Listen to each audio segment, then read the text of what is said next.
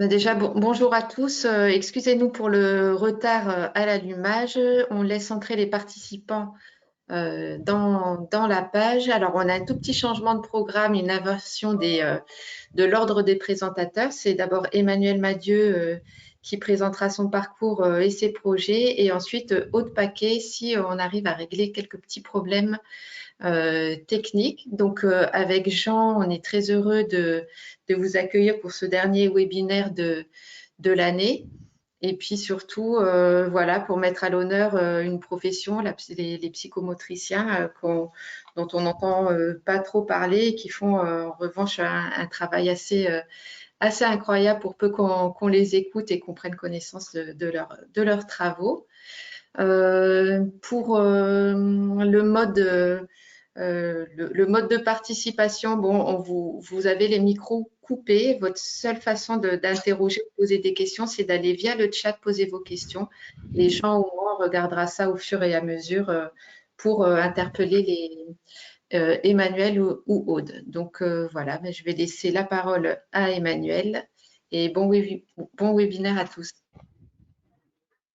Bonjour à tous, je m'appelle Madieu Emmanuel, je travaille actuellement au CHU de Montpellier en pédopsychiatrie. Je suis spécialisé dans les troubles du neurodéveloppement, particulièrement les troubles de l'attention et les troubles de la coordination et également l'autisme. Je travaille également dans un centre de ressources autisme 3e ligne et je fais partie d'un consortium de recherche qui s'appelle le CEANT, c'est le Centre d'excellence sur l'autisme et autres troubles du neurodéveloppement. Et actuellement, je suis candidat au doctorat avec l'Université de Trois-Rivières au Québec. Donc, pour vous expliquer un petit peu tout ça, mon parcours, qu'est-ce qui m'a conduit à faire de la recherche alors que je suis psychomotricien, l'histoire commence déjà avec ma profession, psychomotricien. Donc, j'ai mon diplôme d'État en 99. Et puis, on a toujours une obligation de se maintenir en fait dans l'actualité scientifique, de lire des articles. Et à un moment donné, ça m'intéressait de pouvoir aller un peu plus loin, de pouvoir moi aussi créer un petit peu de la connaissance, en tout cas contribuer à en créer un petit peu. Donc, j'ai fait une VAE parce qu'en tant que psychomotricien, on n'a pas accès tout de suite à des études supérieures, c'est-à-dire le master, pour avoir donc en 2014 et que j'ai obtenu. J'ai fait un master 1 et un master 2 recherche entre 2014 et 2016, où là, j'étais en sciences du mouvement humain. Je travaillais surtout dans la synchronisation des mouvements non intentionnels entre humains et robots. Ça, c'était les travaux de recherche que je faisais à l'époque. Et puis, à partir de 2021, et d'une manière un petit peu antérieure, j'ai pu prendre un parcours doctoral en fait, avec l'Université de Trois-Rivières. Alors, ça s'est fait parce que c'était le hasard des rencontres, parce qu'également, il y a une question de financement, parce qu'également, mes sujets d'intérêt collaient avec les personnes qui m'ont recruté dans le département d'ergothérapie, c'est-à-dire d'occupational therapy au Québec, voilà, en doctorat de sciences biomédicales. Et actuellement, je suis en 2e année de ce doctorat. Du coup, je vais vous présenter en fait plusieurs recherches auxquelles je participe. Une recherche qui est au sein de mon service et qui est la base de mon doctorat, c'est les diapos que vous avez à l'écran. Alors, je suis désolé, j'ai pris une présentation que j'ai fait à Manchester, une grande conférence sur le trouble développemental de la coordination, ce qu'on appelait avant une dyspraxie, c'est-à-dire une maladresse anormale due à un trouble du neurodéveloppement. C'est un des trucs sur lesquels je suis spécialisé. Et donc, mon travail de doctorat se base sur la mesure d'efficacité d'intervention recommandée qui ici est l'approche coop. C'est l'acronyme pour, en anglais, Cognitive Orientation to Daily Occupational Performance, c'est-à-dire le fait d'orienter cognitivement l'attention des personnes sur certains points de l'exécution d'activités dans la vie quotidienne. Et j'utilise un devis expérimental où j'utilise peu de sujets, mais chaque sujet est étudié de manière très intensive, ce qui permet d'avoir pardon, une mesure de contrôle. Voilà, et donc je suis supervisé d'une part avec mes co-directeurs de thèse québécois, le professeur Noémie Quentin et Pierre-Yves Thierrot, et également le professeur Amaria Bagdadli, qui est la chef de l'unité de pédopsychiatrie dans laquelle je travaille à Montpellier et au niveau du CERN. Donc l'idée de ce travail-là, c'était de se dire que pour les enfants, je travaille en pédiatrie, les interventions recommandées, notamment au niveau international, c'est la fameuse coop, donc c'est la recommandation EACD, c'est l'acronyme pour une société savante en fait qui s'occupe des troubles du neurodéveloppement chez l'enfant et l'adolescent. et que ce trouble-là, le TDC, qui s'appelle dans le diapo DCD pour Developmental Coordination Disorder, donc cette maladresse pathologique, elle va impacter beaucoup de choses, notamment les aspects psychosociaux, la réussite scolaire, beaucoup de choses. Et en fait, il y a une espèce de diphtongue parce que d'un côté, elle est recommandée, et particulièrement en petits groupes thérapeutiques, et d'un autre côté, on a très peu de données sur l'efficacité en groupe. Et si jamais le groupe marche aussi bien, voire mieux, pourquoi? Donc ça, c'est un petit peu ce qui guide mes hypothèses de travail actuellement pour mon doctorat, c'est de me dire que pour ce public-là, l'approche en groupe est sans doute équivalente, voire à mon sens meilleure que l'intervention individuelle pour apprendre de nouvelles coordinations motrices. Ce sont des enfants qui ont des difficultés à faire leur lacet, couper la viande, attraper des ballons, utiliser les compas, et en fait, ça péjore fortement leur vie. Mais également sur tout ce qu'on appelle généralisation et transfert, c'est-à-dire la capacité que si jamais on travaille certaines activités, d'autres activités qu'on ne travaille pas s'améliorent également. Du coup, pour faire ça, j'ai monté un programme de recherche sur 5 groupes expérimentaux qui sont divisés en 2 phases de recherche. Une première phase avec 3 premiers groupes et une deuxième phase avec 2 autres groupes. Les 3 premiers groupes, c'est ce que je vais vous présenter là aujourd'hui, et les 2 autres groupes, en fait, ils sont en cours de clôture actuellement. Donc là, je vais avoir terminé dans 3 semaines la mesure de ces 2 autres groupes supplémentaires. Donc, j'étudie des enfants qui ont entre 8 et 12 ans, qui ont un diagnostic formel de troubles développementaux de la coordination et qui sont actuellement sur une liste d'attente au CHU de Montpellier pour recevoir une approche coop en groupe.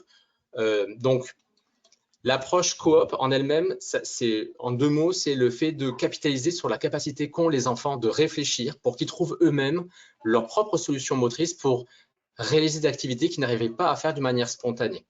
Les personnes TDC, elles ont beau répéter les activités motrices, elles ne s'améliorent pas. Donc, j'ai des enfants qui ont essayé des centaines d'heures à tracer un trait ou couper des morceaux de viande sans en mettre partout, ils n'y arrivent pas. Et en fait, en quelques séances, c'est-à-dire chaque enfant va avoir entre 3 et 5 minutes maximum par activité. Il n'y a que 3 activités par séance, donc c'est vraiment très peu.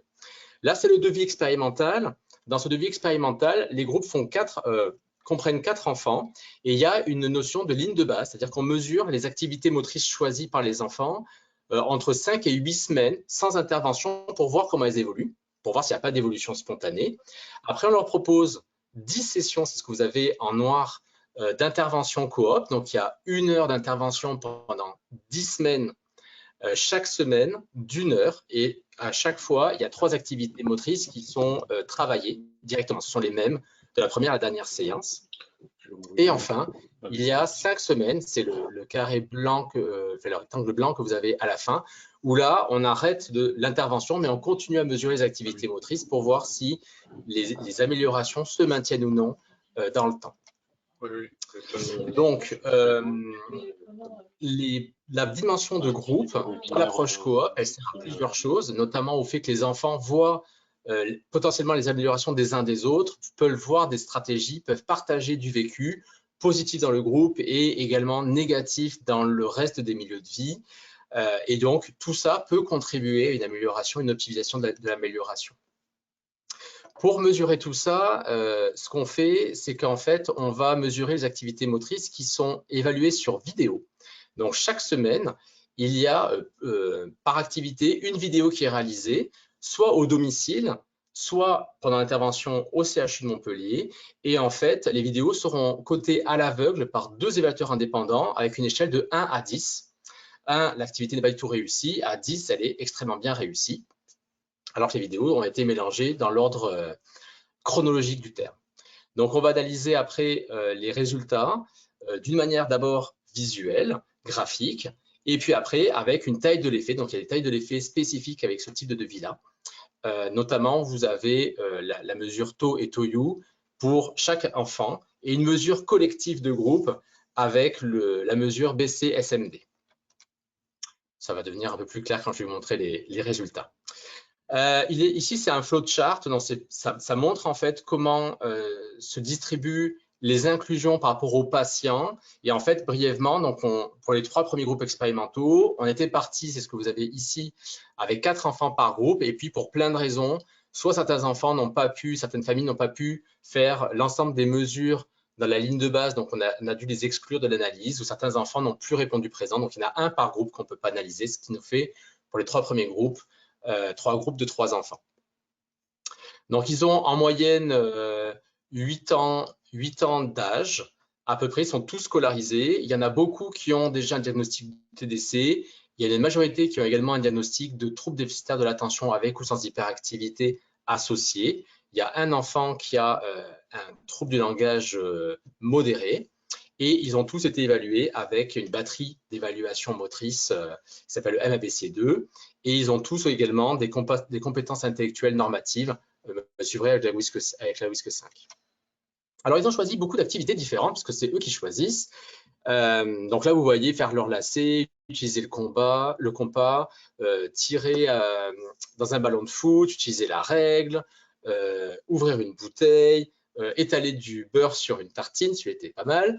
Mais il y a une activité que tous ont choisie, c'est celle-là que je vais vous présenter aujourd'hui, faute de temps, c'est arriver à couper un morceau de viande ou de légumes durs avec le couteau et la fourchette. Parce que c'est quelque chose qui arrive quand même 2 fois par jour et qui est très compliqué.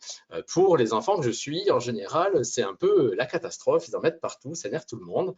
Ou alors, c'est difficile au niveau social à la cantine.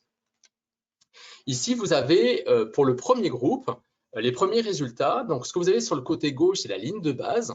Plus les points sont hauts et plus les enfants sont performants. Vous avez juste après l'intervention coop. Et là, il y a un code couleur. Quand les points sont verts, ils sont strictement supérieurs au niveau moyen de la ligne de base. Quand les points sont jaunes, ils sont identiques en termes de moyenne. Et quand ils sont rouges, ils sont strictement inférieurs. Et vous avez une dernière partie, encore sur la droite, ça s'appelle follow-up, c'est le suivi. C'est-à-dire que là, on retire l'intervention et on voit si ça se maintient. Là, vous voyez que pour les 3 enfants du premier groupe, pour cette activité couteau-fourchette, ben, ils s'améliorent tous. En général, à la 3e session, et ça se maintient durant le suivi. Et vous avez les tailles des effets qui sont mis là en chiffres, en scores, qui sont des tailles d'effets extrêmement fortes. Donc, on voit qu'au niveau individuel, c'est très fort, et au niveau du groupe, c'est très, très fort également. On a pour 2 enfants du 2e groupe les mêmes résultats, les 2 premiers.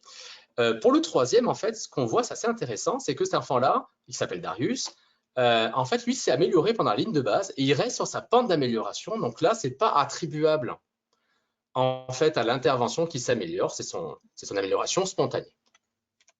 Et pour le 3e groupe, là, on a les mêmes résultats que pour le premier groupe, c'est-à-dire que les enfants se sont drastiquement améliorés grâce à l'intervention et ça se maintient lors de la phase de suivi, avec une taille des effets qui est très, très importante. Là, vous avez un tableau synthétique où vous voyez que quasiment toutes les activités choisies par les 9 enfants de ces 3 groupes se sont améliorées grâce à l'intervention. Il y a 2 activités où ce n'est pas vraiment attribuable à l'intervention, ils restent dans leur pente. Et au final, ces premières données préliminaires, parce que c'est juste des données préliminaires, montrent que l'acquisition de coordination est démontrée avec l'intervention en groupe, avec des tailles des effets larges au niveau individuel et de groupe. C'est assez cohérent avec ce qu'on connaît de la littérature, déjà sur l'approche coop en soi, mais les tailles des effets dépassent celles individuelles. Donc ça, c'est intéressant.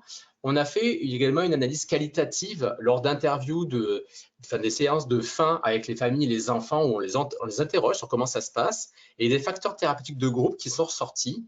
Notamment le fait de voir l'amélioration chez des pairs, le fait de pouvoir donner de l'aide, alors d'habitude c'est eux qui reçoivent de l'aide, et également le fait de comprendre qu'ils ne sont pas les seuls à avoir ce type de difficulté-là. Ce sont les 3 facteurs qui ressortent, qui semblent être moteurs dans cette prise en charge de groupe. Donc bien sûr, il va falloir répliquer ces résultats, donc d'ailleurs les 2 prochains groupes expérimentaux que je vais bientôt terminer vont permettre de faire ça. Il y aura également une étude ancillaire qui va être sur les activités de transfert, c'est-à-dire qu'il y a en plus des 3 activités travaillées directement dans l'intervention, il y en a 2 qui n'ont pas été travaillées, qui sont mesurées également. Donc là, la question, c'est est-ce que tout ou partie va s'améliorer et si oui, pourquoi? Et continuer à travailler sur la dynamique de groupe qui facilite un petit peu les apprentissages. Donc ça, c'est vraiment mathématiques de doctorat qui continue un petit peu. Et donc, la présentation que vous avez vue, c'est une présentation sur laquelle je suis allé rapidement, mais qui a été présentée dans une conférence internationale la plus importante sur le trouble développemental de la coordination qui s'est déroulée à Manchester en juillet dernier. Voilà.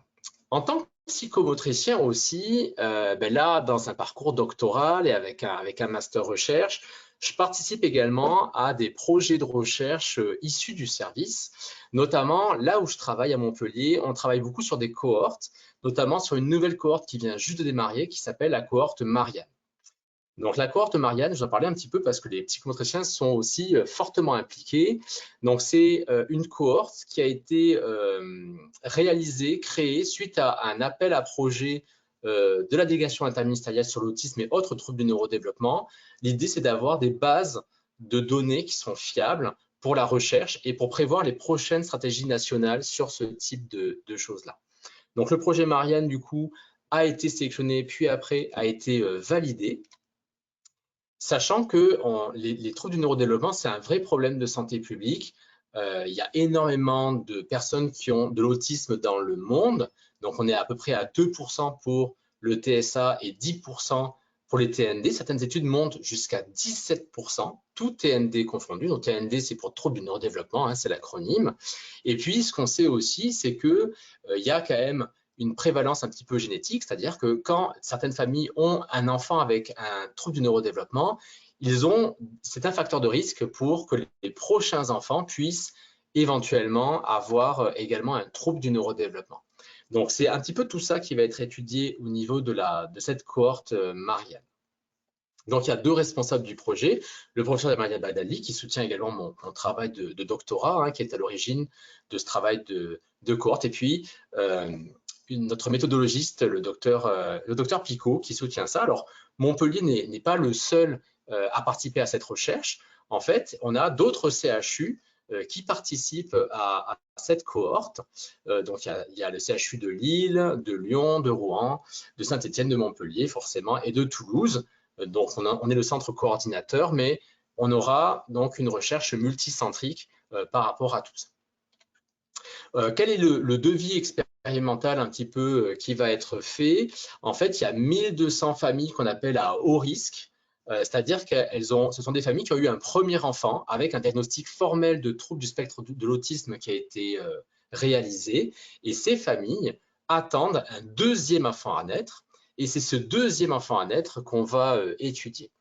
Elles vont être comparées avec 500 familles dites contrôle, c'est-à-dire des familles qui ont eu un premier enfant avec aucun autisme, aucun trouble du neurodéveloppement détecté par une équipe pluridisciplinaire. Et du coup, on va suivre ce deuxième enfant à naître dans les familles à risque et à faible risque pendant 6 ans, de 3 mois post-conception jusqu'aux 6 ans révolus de l'enfant. Et donc, on s'attend à avoir un certain nombre, ça sont les estimations prévisionnelles que vous avez tout en bas de l'écran, d'autisme, de troubles du neurodéveloppement et de développement typique dans chacune des cohortes. Donc déjà, une des premières choses, c'est est-ce que effectivement dans le suivi longitudinal, est-ce que ça va suivre les prédictions ou pas, et si oui, pourquoi? Là, vous avez le devis expérimental avec les outils. Donc, il y a des prélèvements génétiques, il va y avoir des autoquestionnaires, notamment au niveau du stress, au niveau de l'alimentation, au niveau de la pollution, des prélèvements directs lors de la naissance pour avoir du matériel génétique, donc il y a des biobanques qui ont été faites. Et puis, dès les 3 mois de l'enfant, il va y avoir des évaluations directes de ces enfants, notamment avec des outils que vont analyser les psychomotriciens. Donc, on a une partie de la BD4, c'est un baby test assez récent qui mesure 3 grandes dimensions, la cognition, le langage et la motricité, fine et globale. C'est à destination des enfants de 16 jours de vie jusqu'à 42 mois.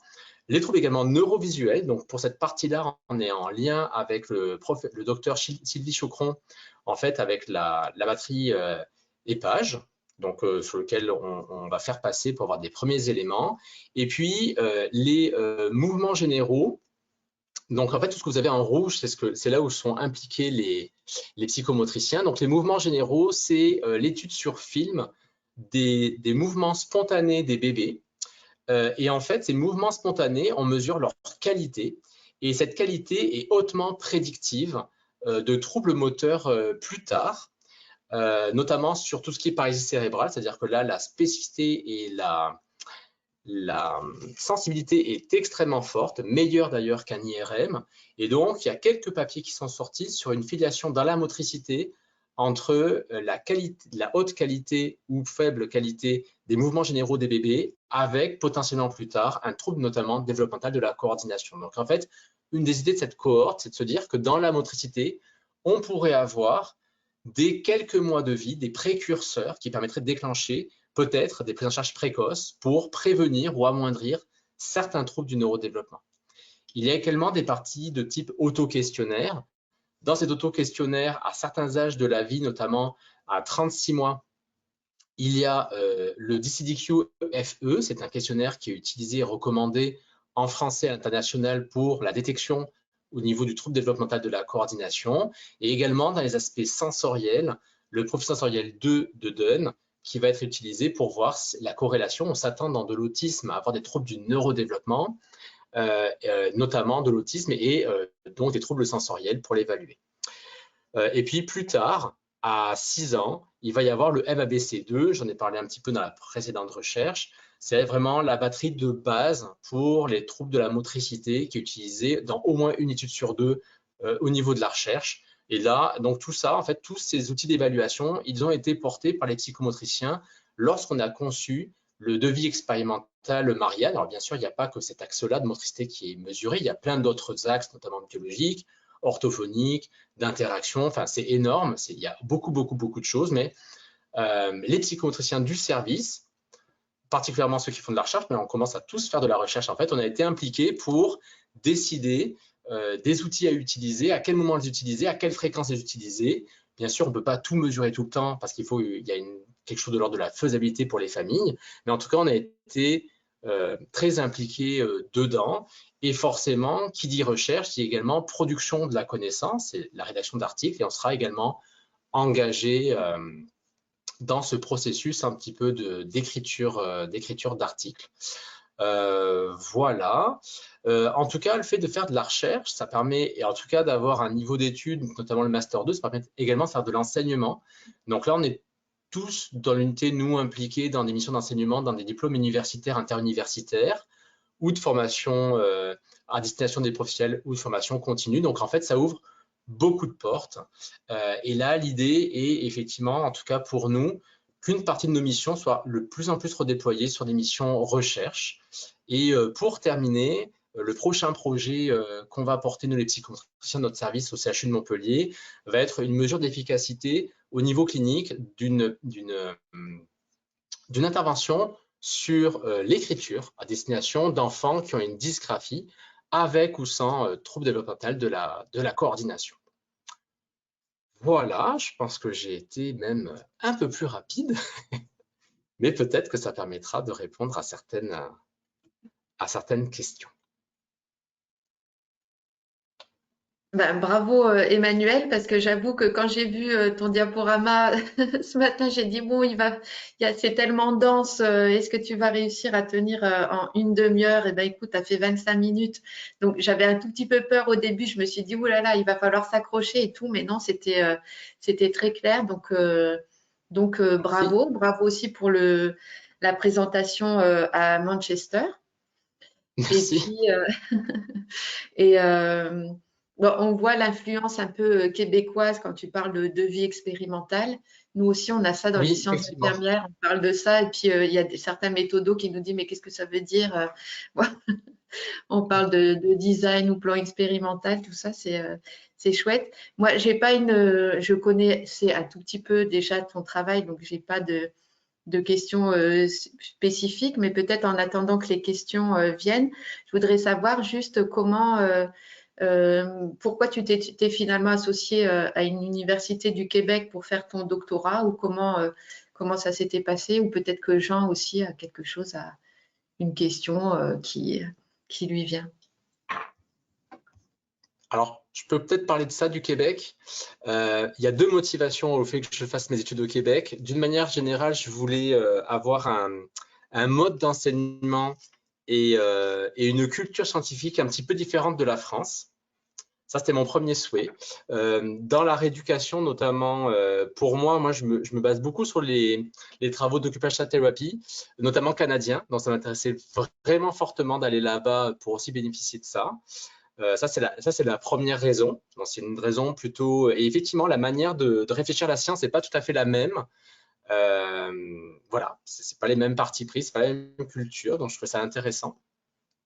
Je me suis quand même pas trop mis en difficulté parce que je suis allé au Québec qui est francophone, mais ceci dit, il y a quand même un vrai choc culturel malgré tout, mais c'est vraiment intéressant, c'est ça que j'étais venu chercher. Le deuxième, c'est que je suis également instructeur certifié de coop, c'est-à-dire que j'ai l'habilitation mondiale pour former des professionnels à l'approche coop. On est 10 au niveau mondial francophone à l'être. Après, il y a dans toutes les langues du monde. Et du coup, dans ce processus-là, je suis parti, moi, au Québec pour faire cette formation-là d'instructeur certifié. Et en même temps, dans le processus, il faut que les Québécois nous observent en train de pratiquer. Et en fait, quand ils m'ont vu pratiquer en groupe, eux, ce qu'ils m'ont dit, mais ce que tu fais, c'est vraiment génial. C'est leur terme. Hein.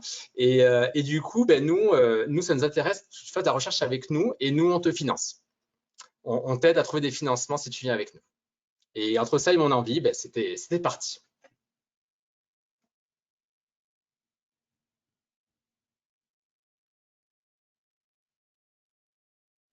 Oui, des fois, il y a des rencontres comme ça, des opportunités qu'on doit saisir et c'est fait d'envie et de chance et puis aussi de motivation. Donc, c'est sympa. Tout à fait. Je ne regrette pas du tout mon choix. C'est très bien. Il y a peut-être Aude aussi qui finalement, je crois, a réussi à se connecter. En Ou- lien, elle a réussi à se connecter. Moi, j'ai une question si jamais aussi. Hein, Parce qu'on n'a pas encore. Bon, il y a des félicitations dans le chat. J'ai quand même une question. Moi, c'est méthodo sur la Oui, SCED. C'est quelque oui. chose que tu connaissais, que tu maîtrisais avant ton entrée en thèse ou c'est un truc que tu as appris au Canada? Alors, je sais que ça se développe en France. Moi, j'ai déjà travaillé avec une médecin sur la création d'un protocole en rééducation, justement en MPR. Oui. C'est un truc qui m'intéresse vachement. Et voilà, où est-ce que tu as appris? Comment est-ce que ça s'est… Voilà. Est-ce que c'est vraiment un monde à part et dur à faire ou… Alors, en fait, moi, j'ai commencé un petit peu mon travail de doctorat avant mon inscription officielle au doctorat. Euh, je me suis pas mal renseigné sur les devis de recherche et en fait, il y a une problématique avec les personnes qui ont un trouble développemental de la coordination, mais c'est le cas dans tous les troubles de neurodéveloppement, c'est-à-dire que c'est compliqué d'avoir une population homogène pour faire un essai contrôlé randomisé. Ça, c'est la première chose qui est compliquée. Le deuxième, c'était pour que mon projet soit faisable, il fallait que je le fasse sur mon lieu de travail. Et je ne pouvais pas réunir des centaines d'enfants comme ça. C'était compliqué. Donc, j'ai cherché dans la littérature s'il n'y avait pas une alternative à essayer contrôler randomisé. Et j'ai trouvé le Single Case Experimental Design, donc le SCED. Et donc, on a discuté dans mon équipe. Et en fait, le parti pris, ça a été de nous envoyer information avec Cécile Michelon, qui est une biostatisticienne de l'équipe, qui est quelqu'un de formidable et qui aide beaucoup sur le projet. Donc, on est parti à deux. C'est une formation de 2 jours sur le SCED en France, avant ce projet. Donc, quand j'ai démarré le doctorat, j'avais déjà la formation SCED, qui a été vachement utile. Ouais. Et puis après, j'ai lu énormément, enfin, j'ai cherché énormément de guidelines, énormément de documents, énormément d'articles. Et au final, ça facilite certaines choses, ça rend certaines choses un peu compliquées. Par contre, il y a une finesse, enfin, ça ne répond pas pour moi aux mêmes questions. C'est-à-dire que l'essai contrôlé randomisé, on va comparer deux moyennes, la moyenne du groupe expérimental versus le groupe contrôle. Donc, il y a certaines personnes non répondantes du groupe expérimental, même si ça marche bien, qu'on ne va pas beaucoup étudier.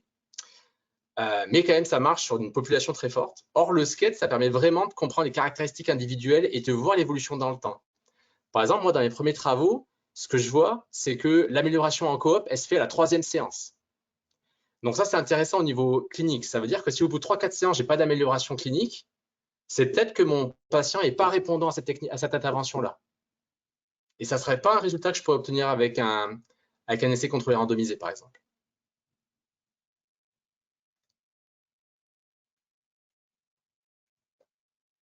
Ok, merci. Voilà. C'est franchement intéressant. Je pense qu'il faut qu'on travaille cette question de la scale peut-être en webinaire carrément sur ça.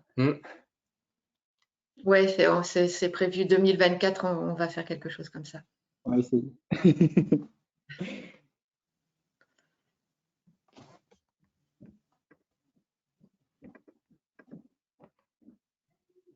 Il y a une question quand même concernant la reprise d'études VAE et master, à savoir est-ce que tu avais interrompu ton activité professionnelle pour te consacrer à cette reprise ou est-ce que c'est menable de front avec une activité professionnelle peut-être un peu réduite? Alors, à l'époque, en tout cas, quand j'ai passé ma VAE, on pouvait avoir 1 an de congé formation sur une formation qui durait au moins 2 ans. Donc, stratégiquement, ce que j'ai fait, c'est que j'ai fait ma VAE pour avoir une partie du Master 1 Sciences du mouvement humain. J'avais la chance que mon université est à un arrêt de tram de là où je travaille. Et j'ai négocié avec notamment le professeur Bagdadli, qui a été OK, que je puisse récupérer les heures où j'allais en cours. Donc, j'avais un Master 1 allégé de certaines unités que j'ai obtenues par VAE.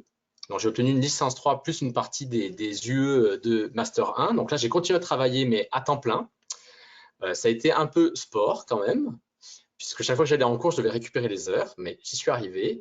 Et après, j'ai posé 1 an de congé formation pour le Master 2, parce que là, il y avait 6 mois dans un laboratoire de recherche, c'était pas tenable. Et pour le doctorat, je continue à temps plein.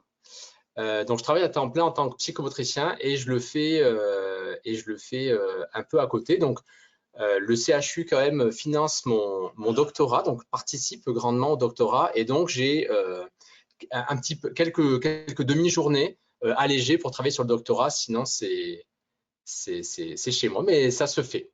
Je trouve que en tout cas, comme j'ai ma formation SCED et que du coup j'ai beaucoup avancé avant, c'est moins difficile actuellement les apprentissages doctorat que ce que j'ai eu en Master 1, Master 2.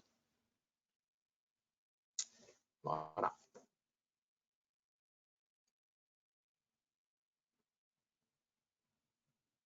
Merci beaucoup encore, Emmanuel. On va laisser la parole maintenant à Aude. Peut-être, Jean, tu veux en dire quelques mots. Et puis peut-être qu'à la fin, il y aura à nouveau des questions pour Emmanuel. En tout cas, un grand merci. Eh bien, Aude va se représenter, elle le fera mieux que moi, je pense. Juste dire que donc, elle est psychométricienne. Elle a déjà sa thèse pour le coup. Et qu'elle est chercheur associée dans une équipe de recherche. Enfin bon, elle va le faire. Ça sera bien mieux décrit. Je te laisse la parole, Aude. Je vais te donner la main aussi pour partager l'écran. Hop.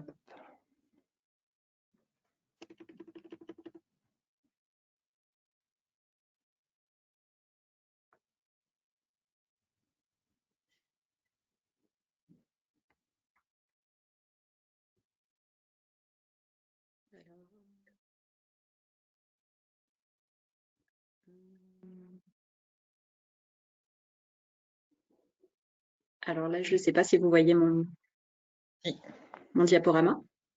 Ouais, c'est bon, merci. Oui, ok.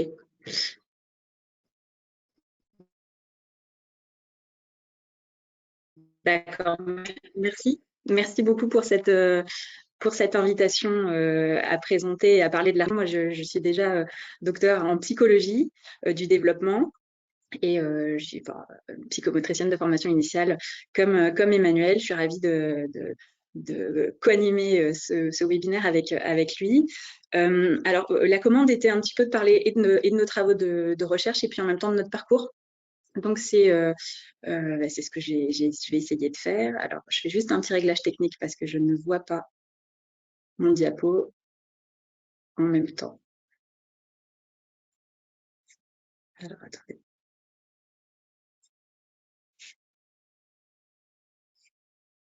Ok, donc là, vous voyez bien mon diaporama, c'est ça? Toujours, oui, c'est bon. Ok, alors c'est parti. Donc moi j'ai intitulé cette présentation La recherche en psychomotricité existe-t-elle? Voilà, pour répondre, c'est la question qu'on peut se poser. Puis un jour quelqu'un m'a dit elle n'existe pas. Alors on va voir qu'effectivement non, elle n'existe pas, mais pourtant elle existe. Donc je voulais commencer un petit peu cette présentation avec les questions autour de notre discipline. Et effectivement, la psychomotricité, au même titre que la kinésithérapie, l'ergothérapie ou les sciences infirmières, tente à s'inscrire dans le processus d'universitarisation, et la réingénierie des professions paramédicales avec leur inscription dans le processus licence, master, doctorat devrait avoir des répercussions importantes sur le développement de la recherche dans le champ de la psychomotricité. Et il semble que nous soyons à un moment charnière où il n'est pas encore possible d'identifier la psychomotricité comme une discipline universitaire à part entière, dans laquelle émaneraient des recherches spécifiques qui émaneraient de la discipline universitaire psychomotricité, comme c'est le cas par exemple en psychologie ou en STAPS. Toutefois, les avancées récentes au niveau universitaire et le dynamisme de la profession sont porteurs d'un certain nombre de promesses.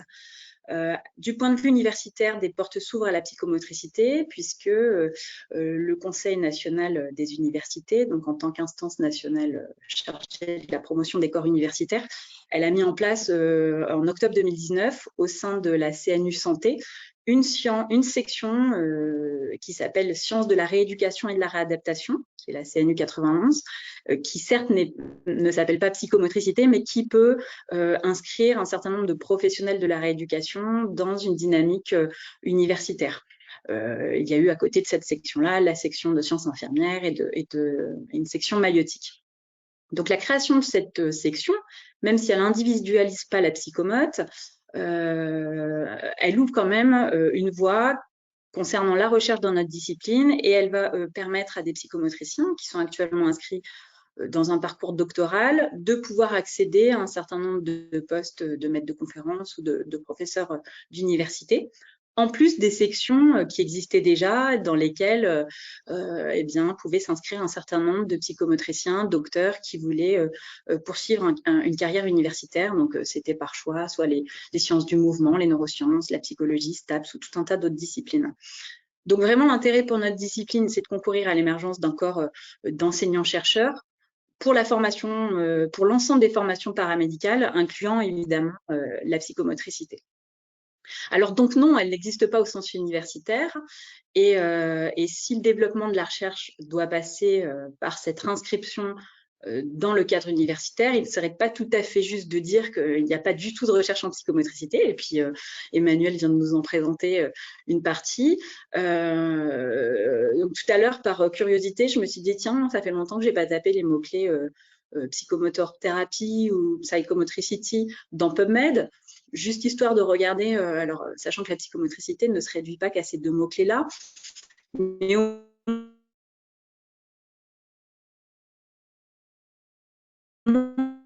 avec ces deux mots-clés, je me suis dit, effectivement, qui montre bien l'évolution et que les travaux, voyons voir, effectivement, trouver de plus en plus de travaux dans des revues internationales. Et puis, il y a de plus en plus de psychomotriciens qui s'inscrivent dans un cursus de master ou un cursus doctoral et donc qui sont amenés à porter un certain nombre de projets de recherche sur des thématiques diverses et variées, mais qui concourent à l'ensemble de la discipline qui est la psychomotricité.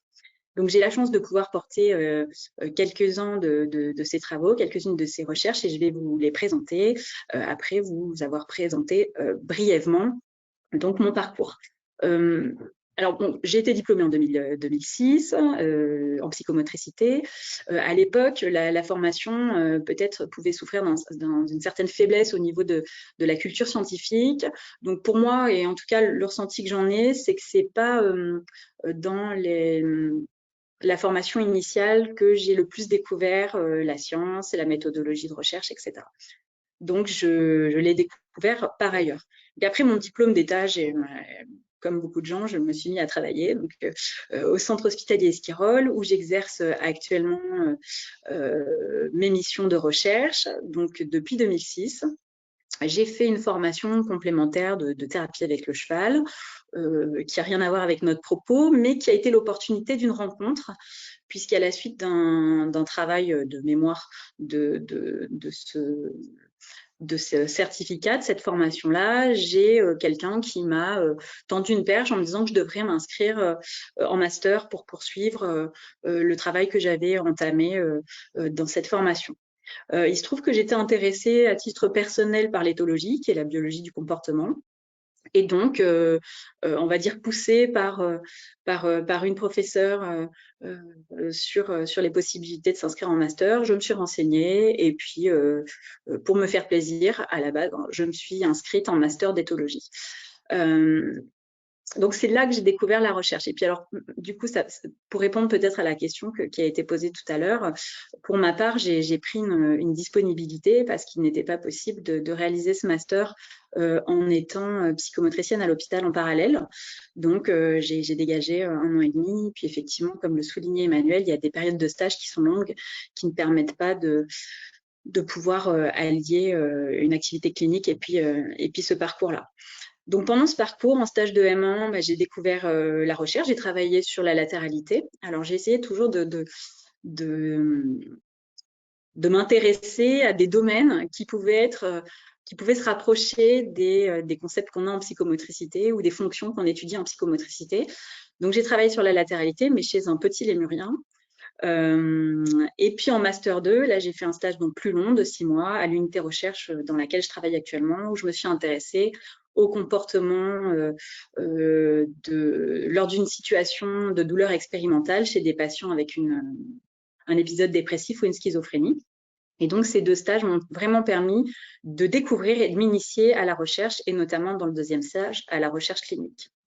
Alors, après cette initiation à la recherche, la question se posait de poursuivre ou de ne pas poursuivre. À nouveau, il s'agit c'est une rencontre qui m'a permis de m'engager sur le cursus doctoral, puisque ce n'était pas prévu à la base. Donc, je me suis dit, peut-être que ça pourrait être intéressant que je poursuive la recherche. Et dans un cadre de doctorat, j'ai eu l'opportunité d'avoir une proposition d'un sujet de thèse qui était juste un sujet, donc pas un laboratoire qui allait m'accueillir avec un sujet et une bourse de thèse, mais au moins un sujet. Donc j'ai négocié avec mon employeur la possibilité de réaliser mon travail de thèse qui était sur un sujet de psychomotricité, tout en pouvant travailler à l'hôpital, et j'ai en fait inscrit cette étude dans le pôle universitaire dans lequel je travaillais à l'époque. Donc vraiment à ce moment-là, l'idée a été de définir mon sujet de recherche au regard de ma faisabilité professionnelle, et comme Emmanuel, je travaillais pendant ma thèse et j'avais à la fois la casquette de psychomotricienne classique et à la fois la casquette de psychomotricienne chef de projet qui mettait en place une étude en lien avec mon travail, mais dans le service dans lequel j'étais employée. Alors, pour vous présenter du coup mes projets de recherche, je vais commencer donc par celui qui a été mon projet de thèse, sur lequel je vais passer brièvement. Je vais passer un petit peu brièvement sur un certain nombre de travaux que j'ai menés ou que je mène pour aller jusqu'à mes activités présentes. Donc, j'ai mis en place une étude sur le profil neuropsychomoteur des enfants qui présentaient un trouble du spectre de l'autisme pendant mon doctorat, que je réalisais donc en psychologie sous la direction des professeurs Vèvre-Douré et du professeur Gols, donc en collaboration avec le centre hospitalier Esquirol qui était et qui est toujours mon employeur. Alors l'idée, pour vous raconter brièvement quel était l'objet de ma thèse, l'idée était donc de s'intéresser aux aspects moteurs et psychomoteurs dans les troubles du spectre de l'autisme. Donc ma thèse, je l'ai soutenue en 2015. oui, en 2015, ce qui fait que je me suis intéressée à ce sujet 3 ans avant, et à l'époque, il y avait assez peu de littérature sur les troubles moteurs dans l'autisme. Et quand on trouvait des éléments sur ces enfants-là, c'était en lien avec des difficultés d'habileté motrice globale, donc avec notamment des outils comme la batterie MABC qu'a pu citer Emmanuel tout à l'heure. Et il y avait assez peu d'informations sur les fonctions neuropsychomotrices altérées ou pas, et les processus neurodéveloppementaux qui sont donc en lien avec la maturation du système nerveux central, ils étaient assez peu explorés chez ces enfants, alors qu'il y avait donc dans un certain nombre de littératures qui montraient qu'il y avait des difficultés motrices. Donc, l'objectif de la thèse, ça a été de s'intéresser, de faire un zoom sur la motricité, mais sans s'intéresser particulièrement aux habiletés motrices après apprentissage, mais vraiment d'essayer d'utiliser une batterie standardisée neurodéveloppementale pour essayer de voir la sémiologie des troubles psychomoteurs chez ces enfants et d'essayer de comprendre les processus altérés en lien avec leurs troubles moteurs. Alors, cette thèse a été l'objet d'un certain nombre de publications donc sur le sujet, à la fois des publications en langue française sur la possibilité d'évaluer ces enfants, ce qui est souvent un peu rapporté par les professionnels, les psychomotriciens, c'est qu'ils sont difficilement évaluables ou en tout cas mesurables avec des outils standardisés. Donc, on a pu montrer que à la fois c'était une nécessité dans l'évaluation psychomotrice de pouvoir faire référence à de la mesure et en même temps que c'était aussi une possibilité avec un certain nombre d'outils. Et puis 3 articles, un sur la sémiologie générale des troubles neuropsychomoteurs chez ces enfants, un qui a fait plus un focus sur la latéralité, le processus de latéralisation potentiellement perturbé chez ces enfants, et un sur l'évaluation neuropsychomotrice, l'évaluation du tonus musculaire chez ces enfants. Donc, pour vous présenter de façon succincte les résultats globaux de cette recherche-là, c'est qu'on n'a pas mis en évidence un profil neuropsychomoteur type chez ces enfants, mais une base commune avec un certain nombre de compétences et de difficultés qui pouvaient être communes à ces enfants-là. Ce qu'on a retrouvé de façon très significative, c'est une dysrégulation tonique, notamment au niveau proximo-distal, avec des enfants qui étaient plutôt hypertoniques au niveau proximal et plutôt tout mou, on va dire, en distal, avec des difficultés de détermination de la résistance entre les deux côtés, une hyperlaxité ligamentaire au niveau des mains, des pieds. On a trouvé une latéralisation perturbée avec des latéralités indéterminées, notamment la latéralité qui est directement sous la dépendance de l'organisation hémisphérique, c'est-à-dire la latéralité tonique, la latéralité gestuelle spontanée. Un certain nombre de fonctions neuropsychomotrices qui étaient perturbées, notamment l'équilibre, le contrôle postural, les coordinations dynamiques, et qui étaient d'autant plus altérées qu'il pouvait y avoir la présence d'une déficience intellectuelle chez ces enfants. Et on a vu des bons résultats au niveau perceptif et notamment aussi des représentations mentales de ces enfants-là. Donc, ce qui est intéressant, c'est que l'analyse de la sémiologie psychomotrice est importante pour la compréhension des troubles de ces enfants, mais aussi pour les applications thérapeutiques et pour pouvoir proposer des prises en charge les plus adaptées au regard de leurs difficultés. On a utilisé les résultats de mon travail de thèse pour aussi publier un article sur la comparaison avec des enfants qui avaient passé des bilans psychomoteurs avec les mêmes outils qui présentaient un trouble du développement de la coordination. Et donc, voilà, on a pu comparer les deux populations. Alors, ça a été mon premier travail de porteur de projet et de porteur d'une étude clinique qui était mon travail de thèse. Et à partir de la thèse, eh bien, il a été question de continuer ou pas dans la recherche. Évidemment, c'était mon souhait.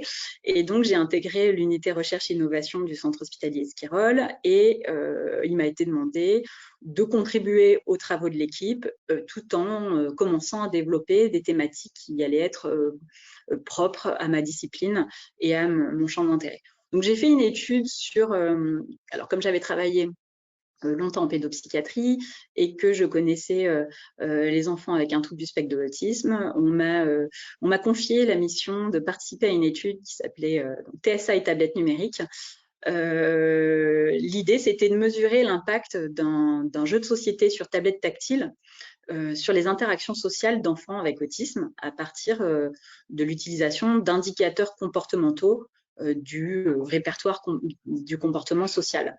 Donc, c'était une étude qu'on a mis en place avec un IME et puis une unité, une UEMA à Brive, donc qui reçoit et qui scolarise des enfants avec un trouble du spectre de l'autisme.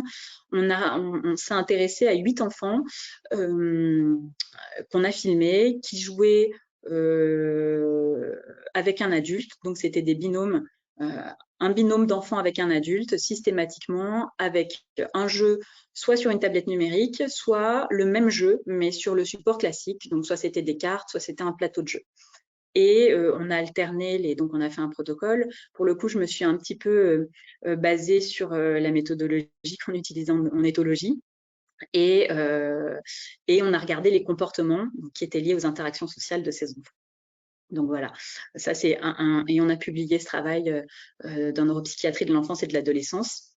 C'est intéressant de montrer que le fait de travailler sur la tablette n'a pas diminué les interactions sociales et n'a pas particulièrement modifié donc les interactions entre les enfants, mais c'était dans une situation de jeu collectif. On n'a pas étudié les enfants tout seuls sur tablette en train de jouer.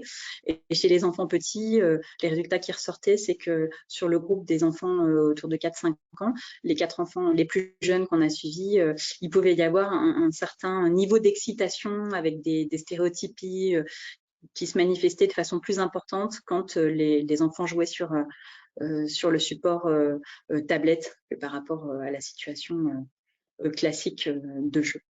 J'ai aussi contribué à des travaux sur la douleur en santé mentale avec, et donc là c'était la continuité du Master 2 que j'ai fait, où on s'est intéressé aux signes infracliniques de douleur, donc aux comportements que pouvaient manifester les patients dans une situation expérimentale d'une douleur modérée, enfin faible modérée, et on demandait aux gens leur niveau de ressenti de douleur.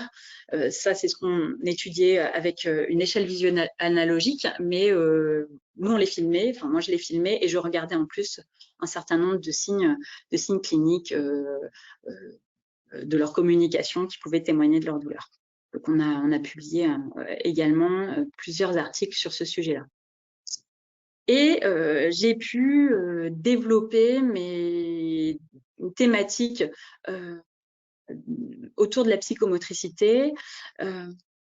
Et donc là, je vais vous présenter une étude pilote que j'ai pu mener qui m'a permis d'avancer vers d'autres études jusqu'au PHRIP. Donc cette étude pilote que j'ai menée s'intéressait au profil psychomoteur et sensoriel. Cette fois-ci, vous allez voir que je suis plus chez les enfants, mais chez les adultes, et notamment les adultes avec une dépression. Alors, on pourrait se demander comment je passe des enfants avec des troubles du neurodéveloppement aux adultes avec une dépression. On va dire que la caractéristique qu'ils ont en commun, c'est que ils ont une perturbation sur le plan psychomoteur. Et puis j'avais accès à l'hôpital à ces patients et on va dire que c'est pour l'instant un champ assez peu exploré, la symptomatologie psychomotrice dans la dépression, au-delà du fameux ralentissement psychomoteur. Alors, on sait que la dépression, c'est une maladie courante qui peut atteindre une personne sur 5 au cours de sa vie. Et la symptomatologie psychomotrice est surtout caractérisée dans la littérature par ce fameux ralentissement psychomoteur. Il peut y avoir aussi une agitation psychomotrice chez ces patients. Les observations cliniques sont sont réalisés par les médecins à partir des entretiens. Voilà, ce ralentissement, il est surtout caractérisé par des évaluations, pas forcément des outils de mesure ou parfois des échelles. Il existe un certain nombre d'échelles sur le ralentissement ou l'agitation psychomotrice, mais l'évaluation psychomotrice n'est pas du tout systématique en psychiatrie de l'adulte et en psychomotricité non plus. Donc, il n'y a pas forcément d'investigation spécifique pour appréhender à la fois les aspects qualitatifs et quantitatifs du mouvement, des perceptions et des représentations du sujet. Donc, l'idée, ça a été de proposer un examen psychomoteur et dans cet examen psychomoteur, de faire également le point sur les capacités d'intégration sensorielle de ces personnes. Donc, on a considéré, et les aspects sensoriels font partie de l'évaluation psychomotrice dans la mesure où c'est grâce à une bonne intégration sensorielle en provenance du corps et de l'environnement que le sujet va pouvoir utiliser son corps et s'adapter de façon efficace à son environnement.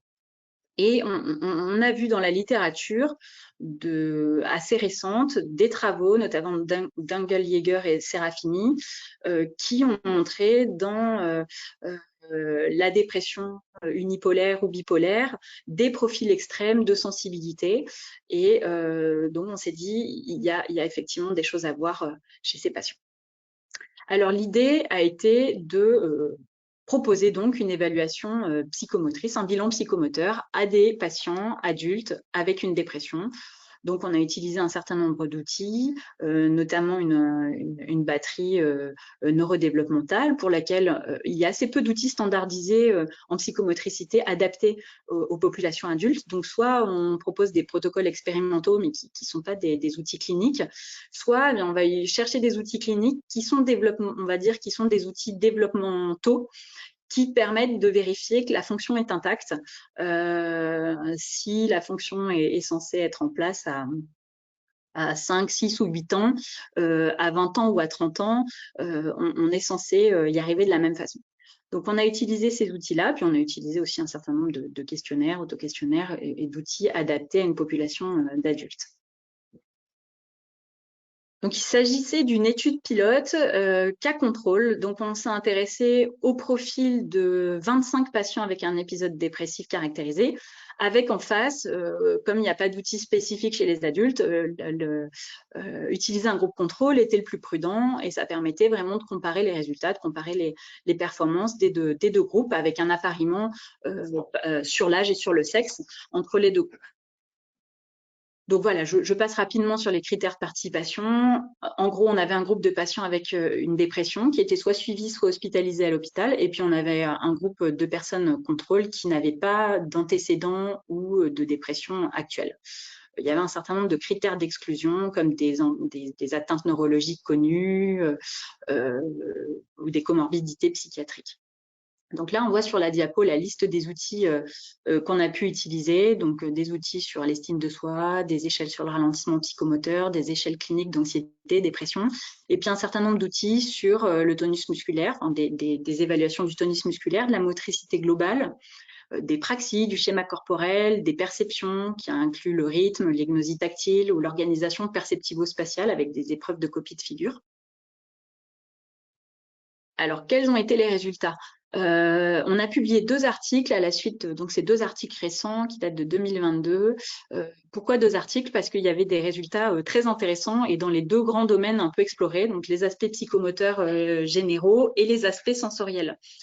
Donc, pour les aspects sensoriels, je vous présente brièvement l'écran résultat de ces 2 articles-là.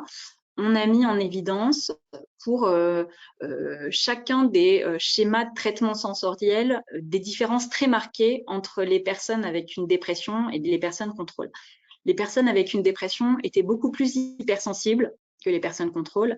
Elles étaient beaucoup plus dans l'évitement des sensations que les personnes contrôle. Elles étaient beaucoup plus hyposensibles également pour certaines conditions et elles étaient beaucoup moins dans la recherche de sensations. Quand je dis beaucoup plus ou beaucoup moins, c'est que c'était statistiquement très significatif. On a également montré avec des analyses statistiques qu'il y avait une influence du traitement de l'information sensorielle sur les aspects cliniques. C'est-à-dire que sur l'ensemble de nos participants, eh bien, l'intégration sensorielle pouvait expliquer 48% de la variation de l'anxiété chez les participants. Le traitement de l'information sensorielle pouvait expliquer aussi plus de la moitié de la variance de l'estime de soi et qu'il y avait aussi un lien avec le ralentissement psychomoteur. Pour les résultats, plus de détails, j'ai mis les articles, je vous invite, si ça vous intéresse, à les consulter.